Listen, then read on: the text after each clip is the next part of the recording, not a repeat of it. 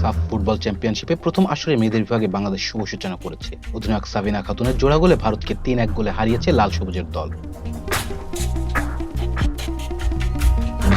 প্রথমার্ধেই বাংলাদেশ ২ গোলে এগিয়ে থাকে। সাবিনা মাসুরারা দারুণ পারফরমেন্স দেখিয়েছেন।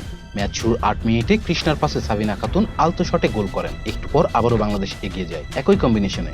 কৃষ্ণা রানীর দারুণ এক পাশে সাবিনা পোস্টের একদম সামনে থেকে বল জালে জড়ান। এক ডিফেন্ডারের সঙ্গে থাকলেও সাবিনাকে আটকাতে পারেননি। একটু পরে নীলুফা ইয়াসমিন নীলা গোলকিপারকে একা পেয়ে শট নিলে সেটাও লক্ষ্যভ্রষ্ট হয়। ভারত ওই অর্ধে অন্তত ২ বার বাংলাদেশের গোলকিপারের পরীক্ষা নিয়েছে, কিন্তু পরাস্ত করতে পারেনি। ২ গোলের লিড নিয়ে বাংলাদেশের আধিপত্যে বিরতির পরও চলতে থাকে। মাসতুমিশা সুমাইয়া বলের গতি ধরে রাখে দলের হয়ে তৃতীয় গোল উপহার দেন। ভারত ৩ গোলে পিছিয়ে থেকে ম্যাচে ফেরার চেষ্টা করে সফল হয়। কর্নার থেকে আরিয়ামোরের ব্যবধানে ৩-১ করেন।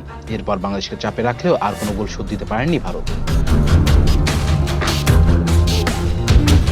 Rezan Islam, B sports.